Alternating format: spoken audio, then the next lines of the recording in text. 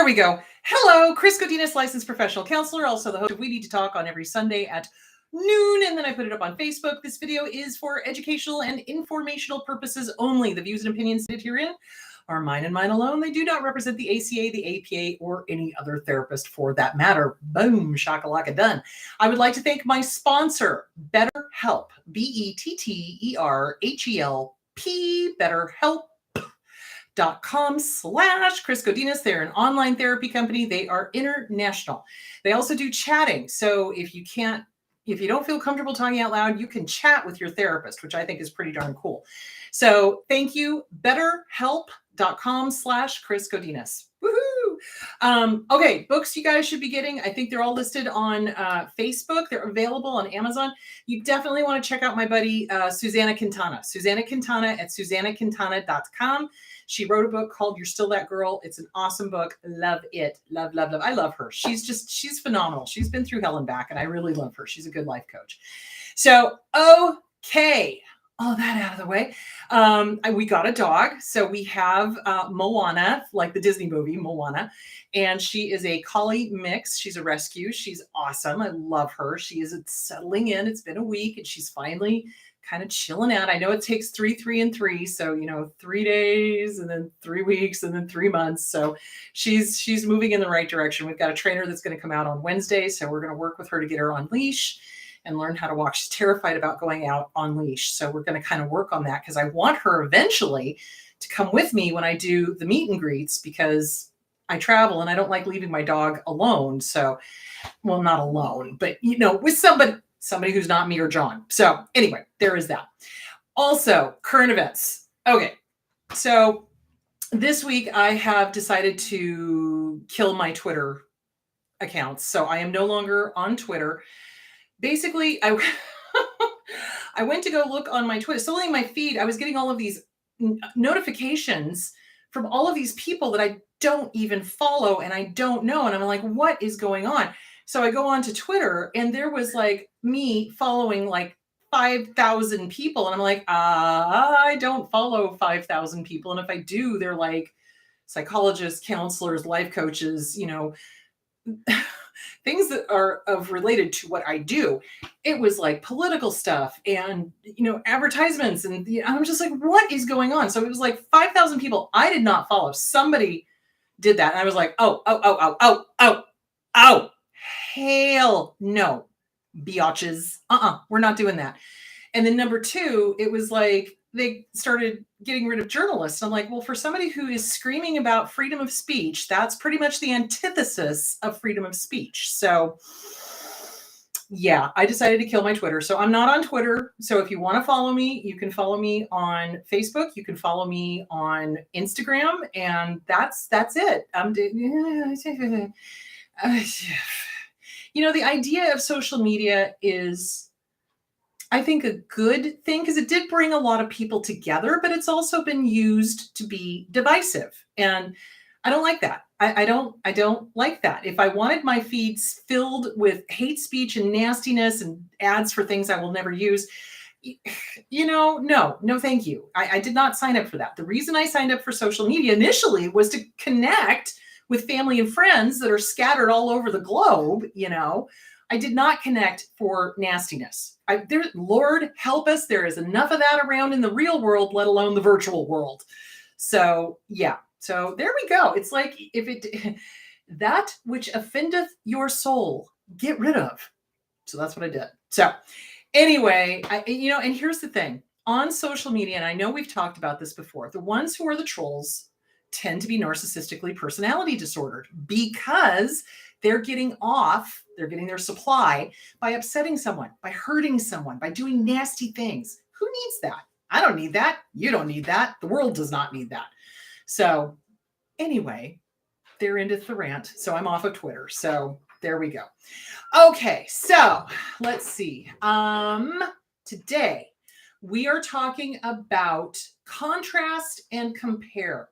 So a lot of people have questioned, they're like, well, how do I know if somebody is a narcissist or it's their addiction talking, or what is the deal? Well, here's the thing. Addiction, whether it's drugs or alcohol or it's sex or exercise or any of these things always mimics narcissism. It does. So when an addict is in the thralls of the addiction, they act very much like a narcissist. It's all about them, their wants, their needs, their drug, their, whatever. And I sometimes have people go, oh no, each addiction is different. I'm like, no, the behavior is all the same. Look at it. The behavior is all the same.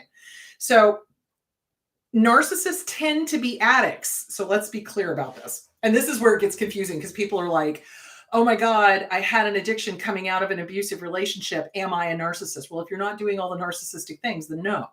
So let's just be clear. A lot of times people come out of abusive relationships and they do get addicted to drugs and alcohol because we're trying to numb ourselves from all of the going on over there. You know what I'm saying? It's yeah. So the behaviors mimic each other. So I wanted to be very clear about that. And you cannot tell if the person is got a personality disorder as long as there are drugs and alcohol or whatever the addiction is, sex, exercise, whatever, as long as that is the main focus of their life, because their thinking is not going to be clear. It's going to be very much directed towards getting those dopamine, serotonins, norepinephrines going, right? Because that's why we do it. It's like an alcoholic, a drug addict. Oh, this feels really great. And I can make it feel even better. That's what we do. So, you cannot tell if a person is narcissistic or borderline or whatever until you get the addiction off the back, the monkey off the back of the person. And then you can see what the behaviors that are there or the behaviors that should be there that are not. Does that make sense? So I wanted to do a contrast and compare, and I pulled these off of Psychology Today. This is, who wrote this? Peg Streep. Is he or she an addict first or a narcissist first? And again, you cannot tell until you pull the addiction off. If you really want to know if your partner can change after substance abuse treatment, you need to ask yourself these 5 questions. As your partner overcomes his or her addiction, are the two of you still feeling distant? And I think that is a huge red flag. So relatively healthy people who are not narcissistically disordered, when they go into treatment and they start getting it, like really start getting it, like they start working the steps or whatever the program is. I mean, there's a whole bunch of different programs out there. AA is the one that's most recognized. So when they start working the steps and they start taking responsibility, okay, because that's one of the steps. It's like, first of all, you got to turn it over, higher power, whatever. And then you got to start going, okay, who did I hurt? Who did I hurt with my behavior? How can I make amends?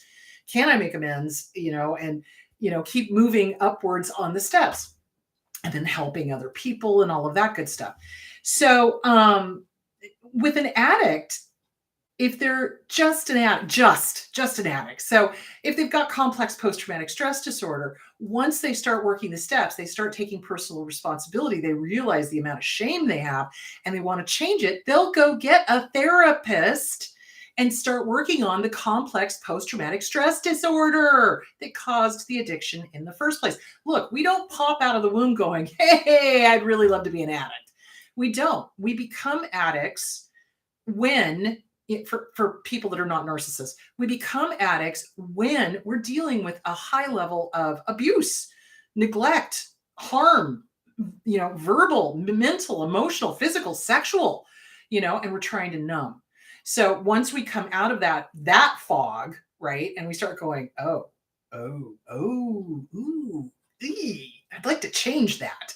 You start working on that stuff and you get real and you get humble. Like seriously, the biggest thing I see that happens with addicts that are still in love with their drug of choice is they're not humble.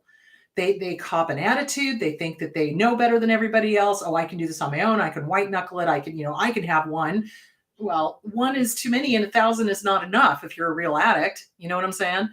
So it's the humbleness. It's like when you finally get it, you get humble because you're like, what could have freaking killed me? Oh my God. And you start working on it, right? You start working on the behaviors that were driving the addiction. What usually happens with a narcissist, their addictions can be drugs and alcohol. Absolutely. It's usually sex addiction is what I've seen. And when they are asked to work on it, they never are able to get humble. There's no humble. There's no there. There's no there. So they're not able to get humble. They're not able to take personal responsibility. They get pissed off at their sponsor. They get pissed off at having to go to these meetings. And I'm just like, okay, I know you're showing me who you are. You're showing me who you are. So, and when it's the addiction and the abuse that's driving the addiction behavior, when the person starts getting healthier, they turn towards their partner for support, and there's a closeness there, and they support each other. So, for example, the sober partner doesn't bring in drugs and alcohol, into the house when this person is trying to recover. But, a disordered partner would. And narcissists, remember, one of their hallmarks is sabotaging the partner. So if the partner is dealing with PTSD and an addiction and they're trying to get clean and sober, they're going to be, oh, come on, just one. Oh, come on, you can do it. They sabotage. So the closeness, when you get the drugs off and you start dealing with the real stuff, which is the abuse, the neglect, the harm, the this, the that, the couple will start getting closer because they start talking, communication. Just like with real estate. With a relationship, it's communication. That is the key, seriously. And honest, deep, real communication. And what are narcissists incapable of? That would be honest, deep, real communication, just in case you weren't clear on that. So that's why if the person is going through some sort of 12-step program or some sort of sober program, and there's still this distance, there's still this, that's a red flag. That is a red flag. Okay, hold on, getting back to the other ones. Okay, does your partner announce that they've made the most progress of anyone at AA instead of sharing with you their vulnerable feelings like sadness or loneliness or fear or doubt or, whatever? Because when you're going through the 12 steps, you're having to really take a hard look in the mirror and you're having to go, ooh, I did this. Ooh, I did that. Oh, damn, I owe this person an apology. Oh, fudge. And you're dealing with that instead of being like chest pounding, I'm the greatest thing ever. Now, realize if you were raised by a narcissist, that's a flea. If you can kill that flea, then you're not a narcissist. If you can go, oh, wow, that's my ego talking. What is up with that? Okay, ego, okay. It's kind of like a version of the inner critic, but it's like a false cheerleader. So like the real cheerleader would be like, I love you, good job, keep going. The false cheerleader is like, I'm the best ever. I don't need AA. I can do it on my own, blah, blah, blah. Excuse me. So that's the false one. That's the ego talking. Oh, I'm going to sneeze. Wait a minute. Hang on. And no, it's gone. Okay. So that's oh no, it's coming back. No, it's gone. Okay. That's the false cheerleader. So the false cheerleader is the ego going, I'm the best ever. Look how great I am. Instead of really getting real and going for the vulnerable emotions. Wow. I went to a meeting tonight and, I was talking with my sponsor and I had this realization. This is when I started drinking. Holy crap, or started using or started, abusing or whatever. And, and you get real with it. Now, psychopaths can fake real emotions, but they can't keep them up for very long. So it's consistency. You're looking for consistency. So if the person is consistent with being vulnerable and consistent with calling themselves out and going, oh, yeah, clean up on aisle 5. Yeah, I did that one. Where's the bucket? Okay. That's a good sign if they're real about it and they make true apologies, which is, I own this. I did this. Let me clean it up. What can I do to make amends? And if the other person, here's the thing that people always get stuck on. It's like, well, what if the other person doesn't forgive me? Well, that's on them. That's not on you. You've made the offer. You've said, I screwed up. Here's my responsibility. I am so sorry. What can I do to make amends? And if they go, then okay, well, that's on them. You've done the right thing. They're doing what they need to do. You let it go, right? So, and that's a tough one for a lot of addicts to get. So the ego, you want to be careful of the ego. It's like if they're just like, oh, I'm the greatest thing ever and I don't need AA and I'm going to be a sponsor in 6 months. Oh, Lord, no. No, thank you. Okay. Does your partner show a pattern of exploitation, entitlement, and empathy impairment? The triple E, the hallmark of pathological narcissism, even after they stop using. So again, you're looking at behaviors. What are the behaviors? So if they've got a sense of entitlement, a mile and a half wide, and they have no empathy, they can't relate, they can't understand how another person is feeling. And exploitation, they're using people. They use people.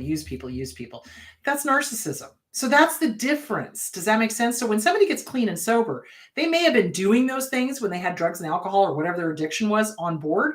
But once they get clean and sober, that's when you go, oh my God, I did this, and holy crap. Get with a therapist. Let's work this out. Where did I get this from? Where did I learn it? What's going on? And you fix it. So hang on. Does their emotional sharing feel empty, shallow, or fueled largely by 12-step jargon or psychobabble instead of genuine remorse or sadness for the pain that they've caused? I cannot tell you the number of times when I was doing couples counseling, when I did in person, I did couples counseling. I don't do it anymore because I'm doing videos. So I don't like doing video couples because I can't. It's too hard to try to read body language and stuff. So, but when I was doing in-person couples counseling, oh, well, psychobabble, jargon. Okay, well, what are you doing? Oh, well, again, word salad, right? Psychobabble. If somebody's doing psychobabble to you, if somebody is doing, AA jargon or recovery jargon, but there's no substance behind it, that's a huge red flag that they are a narcissist, not just an addict. So there is that. Okay. Does their emotional, are they secretive about their treatment experience, as though you couldn't possibly understand what I've been through unless you've been there too? Oh my God. When I was working at the homeless shelter, I had people try to pull that on me all the time. And then I would tell them the story of my childhood. And then they would shut the hell up, which is what they should have done. So, because they don't want to get sober. That's the thing. You got to understand. The addiction wants you dead. Much like a narcissist, it wants you dead. And it will come up with any excuse in the book for you to not stop using. Right? So, oh, I'm not going to listen to this therapist. They haven't had the life I've had. They've never lived on the streets. They've You see where I'm going with that? It's all moo. It's all moo. It's all moo. It's all moo. And it's the addiction talking, desperately trying to find a way to not stop using. So yeah, that's another hallmark of a real narcissist. Okay. So this next one is narcissism and drug addiction. What happens when the two disorders meet? So just to briefly go back through narcissism, they're boastful, pretentious, emotionally distant, jealous, devaluing others, intermittent positive rewards, et cetera, et cetera, et cetera. How do narcissistic drug addicts behave? They have unrealistic demands for the therapist, other patients, and anyone else involved in the treatment program. That is very true. When their criteria of perfection is failed to be met by others, the narcissist usually storms out of treatment. That is very true. Narcissists tend to deny that they are addicted to drugs, alcohol, sex, exercise, whatever, regardless of what it looks like. They describe their drug use as boosting their energy and life. How are narcissism and drug addiction related, or addiction related? The cycle of narcissistic personality disorder and addiction are quite similar. The cycle of addiction involves cravings. Oops, I forgot to turn my sound off. Boop. Nope, wrong button. There we go. Nope, that's the wrong button. There we go. Okay, where was I? Cravings, growing tolerance and withdrawal. Narcissistic crave the feeling of superiority, and they are always seeking new and better triumphs that lead to greater glory. When narcissists do not receive the admiration they crave, such as through criticism, indifference, or disrespect, they exhibit significant distress. So again, a narcissist, I swear to God, they will say, love me or hate me, I don't care, just don't ignore me. So they would rather have criticism, yelling, angry, hurt, upset, why aren't you getting sober, blah, blah, blah, than nothing. And that's your sign. Here's your sign, okay? And this article is, where is this from? The Dawn Residential Services. So, okay. Are narcissism and drug addiction related? Yes, absolutely. The similarities between narcissism and drug addiction. The similarities between narcissism and drug addiction are that the individual depends on something external to fill the emptiness inside. The narcissist relies on admiration and attention from other people, which can be real or imagined, for their well-being. They create situations of accomplishment so that people will congratulate them or even become envious of them and act in ways that make others pay attention to them. This is accomplished in a similar manner to the way an addict ensures their drug supply is constant and secure. They put a lot of time and effort into crafting the situations, keeping up an appearance in order to fill their emptiness. Nevertheless, the attention and admiration that they require increases over time, just like how an addict needs to increase their dose of alcohol, drugs, sex, whatever. When they feel as though they are not receiving the adequate amount of attention and admiration, they experience anxiety and ultimately depression. So that's a collapsed narcissist.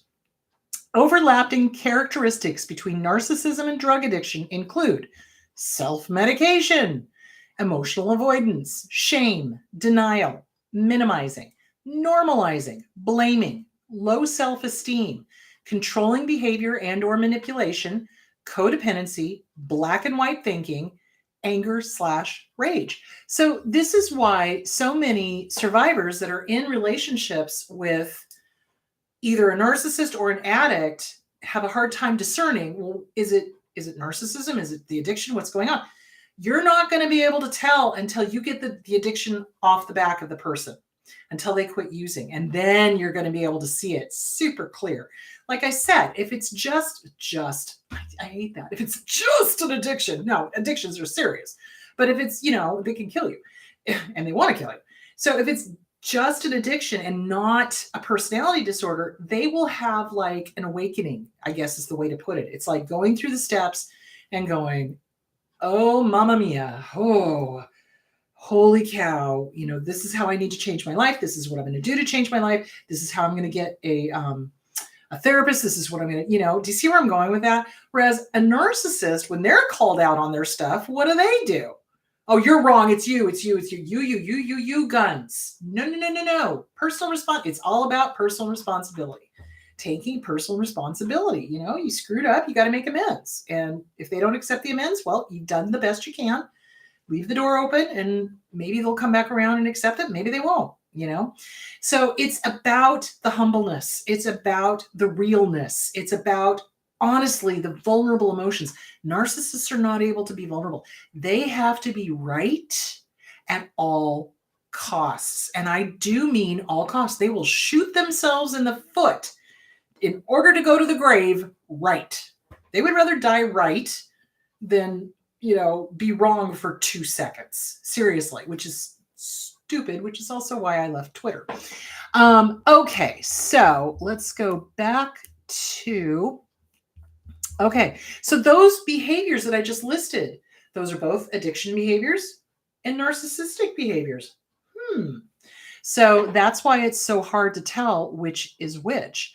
And you can have a dual diagnosis. So like I said, I've said this many, many times, any condition can be a dual diagnosis. You can have narcissism and an addiction issue. You can have narcissism and depression. You can have narcissism and borderline. You can have narcissism and, fill in the blank. It's like whatever whatever is out there. You can have a dual diagnosis. And usually addicts will stick around if it's just addiction and no personality disorder, and they're able to get the monkey off their back and have support. They'll continue growing. They'll continue working on themselves. They'll eventually become peer supports in some cases. They'll become sponsors after a year or two, hopefully two. You know what I'm saying? But a narcissist, as soon as the going gets tough, they quit. They're not willing to look at themselves. They're not willing to get vulnerable. They're not willing to deal with the real issues. It's too threatening for them. They're just unable to cope with it. Okay, basically, if you want to help somebody who you suspect, you don't know if it's the addiction or if it's the narcissism, help them get clean. And if they refuse, or if they keep going back to it, or if once they get clean and sober, boy, you can see that they're a narcissist, run. Do not walk to the nearest exit. You cannot change an narcissistic personality disorder. You can't force an addict to get clean either. You know, all you can do is say, dude, you're killing yourself. Here's some help. Hope you go get it. You know, and I think that is the scary thing for a lot of families, is that they want to control, obviously, which makes sense because they don't want their person to die. But, you know, if they're not willing to work on their stuff, then there's not much you can do. And narcissists are not willing to work on their stuff. That is the big thing, I think, that is the difference, because a person who comes out of addiction and realizes what they're doing and is working on the stuff and is genuine and real, and they've got a good sponsor and they're, you know, talking, communicating and making amends and taking personal responsibility. Narcissists won't do any of that. Never. They'll never do a genuine apology. They could do the fake crocodile tears, but the behavior won't change. So the behavior will continue. So if they continue to exploit, manipulate, no compassion, no empathy, you know, sense of entitlement, then they are a narcissist. So there is that. Okay, one more thing. So alcohol use disorder can be mild, mediate, or severe based on the number of symptoms you experience. Signs and symptoms may include, and this is from the Mayo Clinic, being unable to limit the amount of alcohol you drink. So again, it's like 1 is too many and 1,000 is not enough. It's like they start drinking, they can't stop. Binge drinking, that's another thing that they do. Okay, wanting to cut down on how much you drink or making unsuccessful attempts to do so. Spending a lot of time drinking, getting alcohol, or recovering from alcohol use. Feeling a strong craving or urge to drink alcohol. Failing to fulfill major obligations at work, school, or home due to repeated alcohol use. Continuing to drink alcohol even though you know it's causing physical, social, work, or relationship problems. So like I said, the addiction wants us dead, much like a narcissist. And sometimes people's rock bottoms scare the hell out of me, because not everybody's rock bottom is the same. Not everybody's rock bottom is the same. Sometimes people are able to go, you know, I'm drinking too much. I've got a family history. I'm going to stop, right? Other people, it's like they have to go through this physical hell before they finally stop. So, and once they finally get it, thank God, because it wants us dead. It wants us dead. It just, I cannot stress that enough. Much like the narcissist, the addiction wants the user dead. It does. Giving up or reducing social or work activities or hobbies to use alcohol. Using alcohol in situations where it's not safe, like driving or swimming. Developing a tolerance to alcohol so that you need more and more and more to feel its effect. Or if you have a reduced effect from the same amount. Experiencing withdrawal symptoms. This is called post-acute withdrawal. Sweating, shaking when you don't drink, or drinking to avoid these symptoms. So there are 2 drugs on the face of the planet for sure that will kill you dead if you stop them cold turkey. One is alcohol, because it has a paradoxical effect. So initially when you drink the alcohol, it's a downer. That's why a lot of us drank, because it's like, oh my God, I can stop being so anxious. Oh my God, that's lovely. That's great. But as the alcohol leaves the system, all of your metabolic responses go in the polar opposite direction. Drives up blood pressure, drives up your heart rate, you're dehydrated. It's terrible, and you can die from it. If you're drinking enough alcohol, you can have a seizure and seize out and die. Let me be clear. This will kill you. If you don't get help, it's going to kill you, just like a narcissist. It's like, in fact, one of my clients, brilliant, it's a liquid narcissist. And I was like, wow, it's true. It's a liquid narcissist. It wants you dead. It does. And the other drug that will kill you is benzodiazepine if you go cold turkey off of it. This is why you never, ever, ever stop a medication cold turkey. You cannot. You've got to discuss with your doctor, is it safe to stop, or do I have to wean down off of it? Because there are physical things that can happen. You can have a stroke, you can have a seizure, you can have a heart attack, all sorts of stuff. Ugh, yeah. So you need to know that. Okay. Now, the next one is drug addiction. So they're very similar. I want you to notice it doesn't matter what the substance is, it's the behavior. Feeling that you have to regularly use the drug daily or several times a day, having intense urges for the drug to block out any other thoughts. Over time, needing more of the drug to get the same effect, taking larger amounts of the drug over a longer period of time than you intended, making certain that you maintain a supply of the drug, spending money on the drug even though you can't afford it, not meeting obligations or work responsibilities, cutting back on social or recreational activities because of drug use, continuing to use the drug even though you know it's causing problems in your life or causing you physical or psychological harm, doing things to get the drug that you normally wouldn't do, such as stealing, driving or doing other risky behavior while you're under the influence of the drug, spending a good deal of time getting the drug, using the drug, recovering from the drug, or thinking about the drug, failing in your attempts to stop using the drug, experiencing withdrawal symptoms when you attempt to stop taking the drug. So isn't that interesting? Isn't that interesting? So it doesn't matter what the substance is, guys, and I keep telling people that. It doesn't matter what the substance is. It's the addiction. It's the behavior. It's always the behavior. Always goes back to behavior. So basically, contrast and compare. When a person is in the thrall of the addiction, they absolutely act like a narcissist. Why? Because if it's drugs, it's the drug narcissist. If it's alcohol, it's the liquid narcissist. It's all the same, really, in the behavior when you think about it. When the person gets clean, right? The drugs are gone and they're supposedly getting help, but the behavior is still there. Okay, now that's a horse of a different color. Now we're dealing with narcissism, really. And especially if they use the jargon, the psychobabble, the jargon, they try to become a bigwig in AA. I've seen that too. So if you're going to AA, here is my recommendation.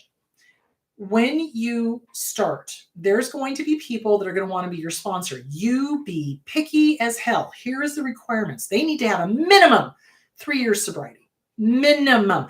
AA has a really bad habit of trying to push people to become sponsors after their first year. I don't think it's a good deal. I don't think it's a good idea, because that first year of getting sober, you're just keeping your nose above water, right? Second year, you're kind of like, oh, I can do the backstroke. Okay, I got it. I'm still, okay, well, let me try the side stroke. Okay, yeah, that's going. Okay, let me try the butterfly, and you start learning how, right? Third year, you've kind of got it down. It's like, okay, I got a good grasp. I'm hitting meetings. I'm doing what I need to be doing. I'm talking to my sponsor. I think I'm ready for sponsees. And then when you find a sponsor, make sure they have no more than 3 to 4 sponsees. Now, there are narcissists in AA that will have 15 sponsees. That's ridiculous.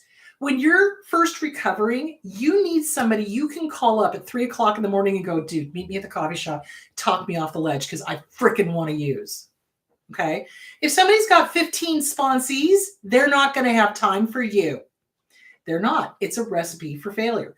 So get somebody, the rule of threes, get somebody who's got 3 years sobriety, at least minimum, and somebody who has 3 to maybe 5 sponsees. I would say 4 would be okay. 3 would be better. And then that way they'll have time for you. And then hit your meetings. Get a therapist. It's like, okay, great. You're sober. That's awesome. So that's lovely that you worked on tipping the bottle, but what tipped the bottle? I love that saying. Oh my God. What caused the bottle to tip in the first place? What was driving the addiction? Does that make sense? So you get a therapist and you start working on what is this? What is this cesspool under here? Let's get this cleaned out. Let's get it pumped out. Let's get rid of it. Let's clean this out. So that's what you want to do. So, all right. Okay. Now, I think I'm going to hit the question. So basically to recap, so addiction acts just like a narcissist. It does. Narcissists are narcissists. They will not get help. They'll go for a little bit, but if they cannot manipulate the situation, they'll quit. If they can manipulate the situation, watch their ego, because they're the ones that gather all of the sponsees to them. All right. They want to be seen as a guru. Remember? So they do the psychobabble, they do the jargon, this, that, and none of it's real. So yeah. So there is that. So you can only tell what's really going on, really, if you get the drug off. So one time I had a client come in. It was so sad. They were using heroin. And I said, okay, when was the last time you used? And she said, this morning. And I said, okay, sweetie, you need to go to a detox center, because I'm not going to be able to help you when you've got drugs on board. We got to get you clean and sober first. That is the first issue, because this will kill you if you keep using, right? Pitched a fit, threw things, slammed my door, told me to go copulate myself, because she wanted to keep using, basically. And it was like, and I told her, I said, I know you're mad at me, but when you're ready, I'm here. And she never came back, and I don't know what happened to her. So that's just an example of how the addiction wants you to keep using. So it will sabotage, because prior to that, she had told me she'd been clean and sober for like a week. And then she comes in and says, oh, I used this morning. And I'm like, oh, baby, no, so that's how insidious addiction is. It is sneaky. It's covert. It's a liquid narcissist. It's a drug narcissist. It's exactly how the narcissist behaves. And their end game is the same. Both addiction and narcissists want the target dead. DED, dead. So there it is. Can't tell what you're dealing with until you get the drugs off board. The behavior is narcissistic. It walks like a duck, quacks like a duck, takes a dump like a duck. It's a duck. So there it is. All right, let's hit the questions, shall we? All right. Do narcissists always think they know better than everyone else? Oh my God, yes. Holy cow. Yes. So narcissists will go into any situation and be an expert, like literally any situation. So for example, they'll be at a party and somebody will ask them something about construction, and they're like, some other job, and suddenly they're an expert in construction. So yeah, they will do that because they need to be seen as superior, better than everybody else, knows everybody else, has a better grasp on life than everybody else, that kind of thing. So yes, they need to be seen as an expert on everything. And they will just start talking out of their hind end and not know what they're talking about. So yeah, they absolutely do that. My late narc mother was like that, but at the same time, she played dumb, learned helplessness, and pretended not to understand or know anything. So it's this weird contradiction. It's this weird diametrically opposed. So on the one hand, they need to be experts on everything, but on the other hand, they also get narcissistic supply by the learned helplessness. So let's talk about learned helplessness for a quick minute.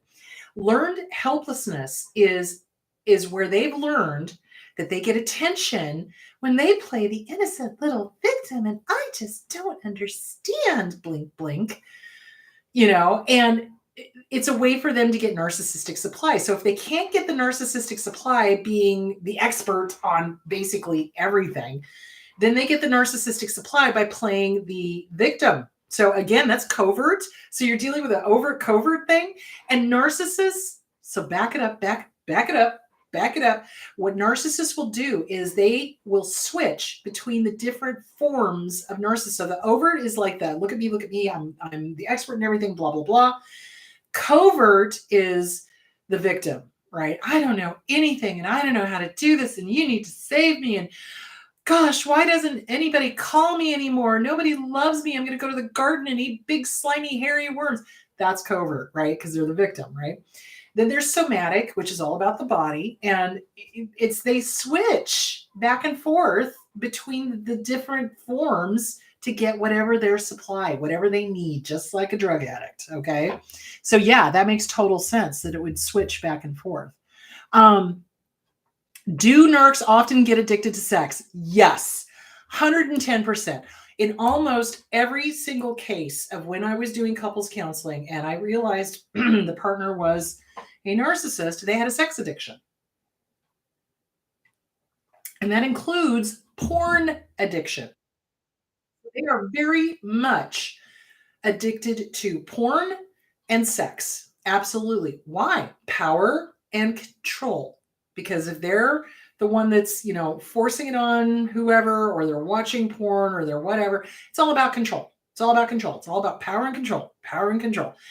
And they will use those addictions to torment the partner, Well, you're not giving me what I need, so I have to go outside the marriage. Let me just growl on that one. And so they try to make it the partner's fault. Well, it's your fault. It's your fault I'm watching porn. It's your fault that, you don't satisfy me. It's your fault. But then if the partner finally makes a move to leave, guess what happens? Oh, baby, I'll change. You're wonderful. You're the best thing that ever happened to me. Blah, blah, blah, blah. Hoover. They're heinous. Heinous. And remember, it's not just men. It's women too. Women can be addicted to porn. Women can be sex addicts. Yeah. So yeah, absolutely. They usually are actually.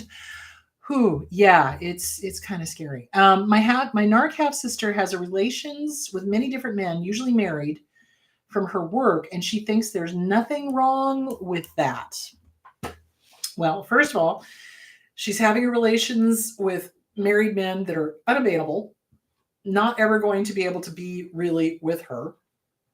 If she too is married, she is putting her partner, at risk. Even if she's not married, she's putting her partner at risk. And this is the thing that makes me so angry. If you have a partner that you suspect is cheating on you, for the love of God and all that's holy, go get tested. Go get tested for AIDS, chlamydia. What was the old-fashioned disease that killed so many people? Begins with a P. Darn it. Syphilis. So AIDS, chlamydia, syphilis, gonorrhea, get tested for that, because generally if they're sleeping with one person, they're usually sleeping with more than one, because they need a harem. They need multiple people to tell them how fabulous they are and how great they are in bed and how desirable they are and how that external supply. So that's what they do. So yeah, if you get out of the relationship, save yourself. They're not going to change. It's not about you. It's not about your sexuality. It's not about your desirability. It's nothing to do with you. It has everything to do with their ego and their lack of compassion and their sense of entitlement. And yes, they usually do have a harem. They usually do. They need multiple supplies to make themselves feel good. So yeah, absolutely. Okay, I wish I left the abuse sooner. My child has some traits of his mom that scare me. How do I tell the difference between fleas and full-blown narcissistic personality disorder? So everyone who is raised by a narcissist or somebody with a personality disorder picks up fleas. We all do. So it's a matter of getting to a good counselor, a good trauma counselor, and getting those fleas squished. Or when you see the behavior, squish it. It's like, nope, we do not behave like that. No, we do not rage like that. No, we do not lie like that. No, we do not manipulate like that. That is not okay. And you put the smack down on it. You don't have to smear the other partner, but you do have to let the child know what is acceptable behavior and what is unacceptable behavior. And yeah, every kid that has to deal with a narcissist is going to pick up those fleas. Or if they're dealing with somebody who's borderline personality disorder, they're going to have fleas, which is why I always tell people it's like, if you're going to divorce, which I highly recommend, when you do the divorce decree, you must have in there that the kids get to have therapy with a good trauma therapist. Now, you don't have to come out and tell them I'm getting a good trauma therapist because you're a crazy bleepity bleep bleep. You can say, hey, they're having trauma from the divorce. That's still trauma. And gosh, if it happens to work on what's going on with the other partner who may or may not be personality disordered, well, then huzzah, it works. So make sure that you get in your divorce decree that, yes, they get to have trauma counseling for the divorce. Absolutely. They're not going to like it because they don't want eyes on that. They don't want anybody to know what they're doing. So how do you tell if it's full blown or if it's just fleas? If it's full blown, the behavior won't change ever, ever, ever, ever. If the behavior changes, then it's just fleas. It's just learned behavior. And so basically you start nipping it in the bud. If you catch your child lying, we don't do that. No, no, no, no, no. It might fly over at the other house, but it does not fly here. So there is that. And then, like I said, get with a good therapist. Okay. How do I get past feeling frozen or paralyzed every single time the narc pops up? Text, the thought of them, etc. It's really affecting everything.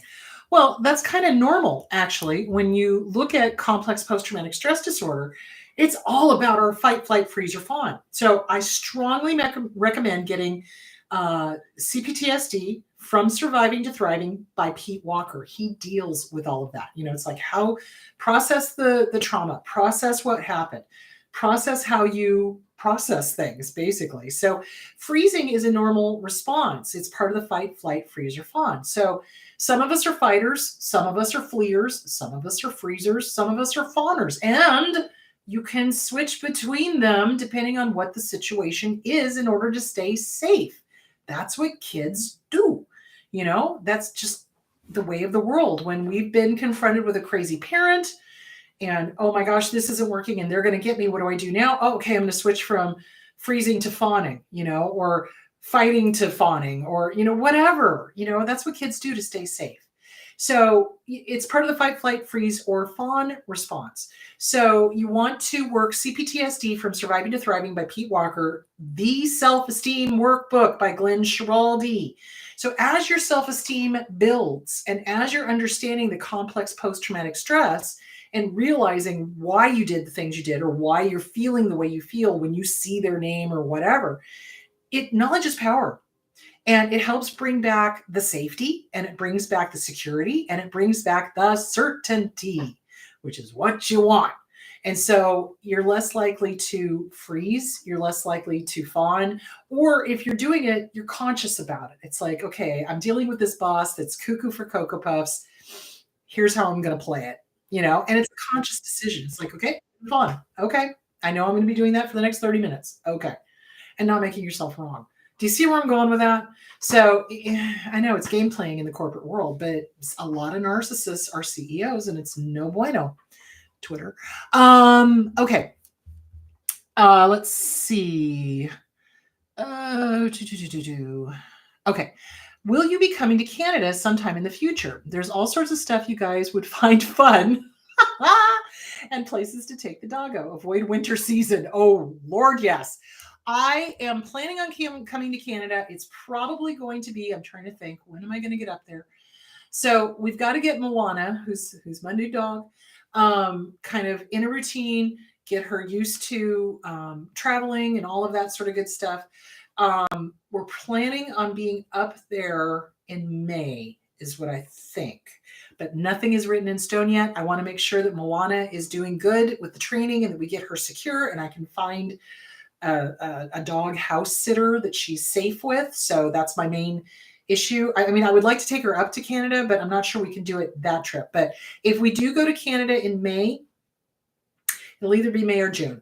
Let me make that promise. It'll either be May or June, because we'll be up there at the end of May. So, and it will be Vancouver. So we will be in the Vancouver area. I'm going to say June. let's say June. I'll be in the Vancouver area in June, like early June, like first of the month. So that kind of thing. So we'll do that. And I love Vancouver. I've always loved Vancouver. Vancouver is very awesome. So I love Canada, period. So yeah, so that's what we're planning on doing. Probably won't be able to bring the dog this time. But eventually we will start traveling, because I want to start traveling with Moana. I want her to come with me. I hate the idea of leaving her home with a dog sitter. I would much rather her come travel with us. So, and especially since she's under 50 pounds, I can take her with me into hotels and stuff, which makes me very happy. Okay. So yes, June, let's plan on June, Vancouver, June. There we go. There we go. Okay. And then I'll get that set. Also, I'm going to, at the first of the year, start looking into the cruise again. We're going to do the Bahamas again. So I will get information on that sometime in January, and we can start planning for a cruise. I think that would be a lot of fun. Okay, how do you move past the feeling of abandonment while dad gives the silent treatment? I'm the golden child and called my dad out when I found out about his affair. He ignores me. Okay. It is abandonment. It absolutely is abandonment. It is a form of punishment. It's called silent treatment. It's called the cold shoulder. It's withholding. It's an effort to get you to not call him out on his stuff. Okay. So it is abandonment. It is abuse. It is neglect. It's a form of manipulation, because when somebody is shunned, when somebody is ignored, when somebody is, I'm not talking to you, that kind of thing. It lights up the same pain centers in the brain as physical pain. And that is on purpose by them. Somehow they know it causes a great deal of pain to the recipient of the shunning. And that's why they do it, because it gets results. Because how many kids are able to stand up to that and not eventually at some point, especially if they're little, turn around and beg for forgiveness? Please talk to me. Please talk to me. This person is doing that. Bye-bye. Bye-bye now. Live your life. Go pound sand. Bye-bye. Bye-bye now. You don't need them. You don't need them. So it is a betrayal. It absolutely is, because they set these golden children up, right? And then as soon as the golden child goes, holy crap, this is no bueno. What is going on here? Hey, this is not okay. Then they punish the golden child, and now you're the scapegoat. And that's the thing. It's like the roles can flip on a dime, and it's very confusing for the kids. It's like suddenly the scapegoat is now the golden child, and the golden child is now the scapegoat, or now the golden child is the ignored middle child, or, whatever. I mean, it's ridiculous. So yeah, it is betrayal. So my recommendation would be write and burn a letter. Do not send it. Do not send it. They're not going to get it. This behavior is ingrained in them. They're showing you who they are. They're not going to get it. Write and burn a letter. Dear Dad, how freaking dare you, you SOB. And then just let them have it in the letter, And then when you're done, at the very end, take your power back. Take your power back. We're done here, dude. You're a terrible dad. Good dads don't do this. You don't get to live rent-free in my head one more second. Go pound sand, and preferably do yourself with a baseball bat that has splinters sideways. Yeah, take your power back and then burn it. Burn it. Let it go. You can't change them. You can't make them see that what they're doing is wrong. You can't make them see that they're in the wrong and they're a terrible parent. You can't. So the best thing you can do is write it out, get the anger out, get the fear out, get the sadness out. This hurts. This hurts. And no good parent intentionally hurts their child. If I could swear right now, I'd be swearing up a blue streak, because those type of people really piss me right the bleep off. So write it out, burn it, let it go. And it's not going to be a one and done. It's probably going to be several letters, because since you've been the golden child, blinders have come off. What's been seen cannot be unseen. And now you're recognizing, whoa, okay, whoa, there's a lot. So write it out, burn it, write it out, burn it, write it out, burn it. Get with a good therapist, a good trauma therapist. Absolutely. Okay, let's see. Okay, he ignores me. Okay, can you explain nature nurture? Okay. So, the eternal question, are psychological issues purely nature or are they purely the way we're raised? The eternal question. So John Nixon and I would have debates over this. He was my mentor when I was in college. And nature, nurture. And honestly, I think it's a combination. I think some people have got the genetic predisposition to have some psychiatric issues. I mean, obviously, the ones that are clearly neurological. So, like, for example, schizophrenia is a mutation of the 23rd genome. That's not nurture. That's nature. That's the 23rd genome getting triggered by a retrovirus that's causing the schizophrenia, the hearing the voices, the not being able to process electromagnetic fields, et cetera, et cetera, et cetera. So that's a physical issue. Bipolar is a physical issue. The brain is unable to produce the right amounts of feel-good chemicals and to reabsorb them in the right amounts. So it's like when the manic phase is hitting, boy, those centers are sending all the dopamine, serotonin, norepinephrine, et cetera, into the brain, and it's a high, right? And the other receivers are not pulling them back into the body fast enough. That's what's causing the manic. Then when the person goes in the opposite direction, the receivers are sucking everything out, and the senders are not able to produce enough of the feel-good chemicals. The person goes into a deep depression. So that's physical. That has nothing to do with being the way you were raised. With personality disorders, is there a predisposition? I think yes. I think there is a genetic component, but I also think that nurture has a lot to do with it. Just like, think about the topic last week, which was attachments. So if you have a healthy attachment, parent leaves, parent comes back, parent is consistent. There's always, the security there. And same thing with Moana. I have to keep showing her. It's like, baby, I'm coming right back.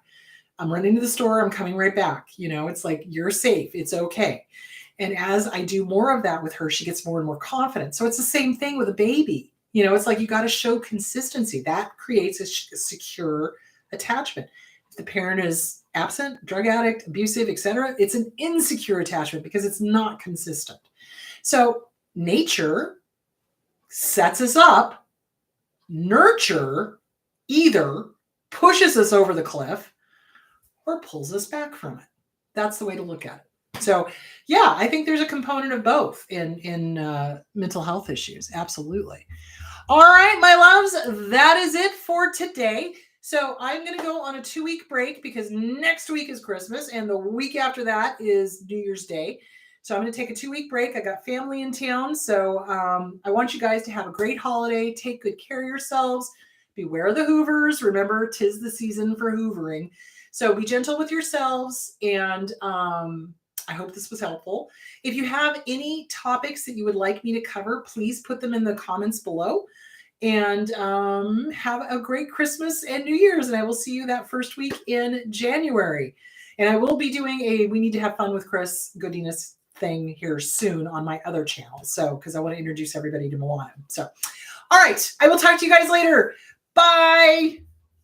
Oh, there it is. Okay. Bye, guys.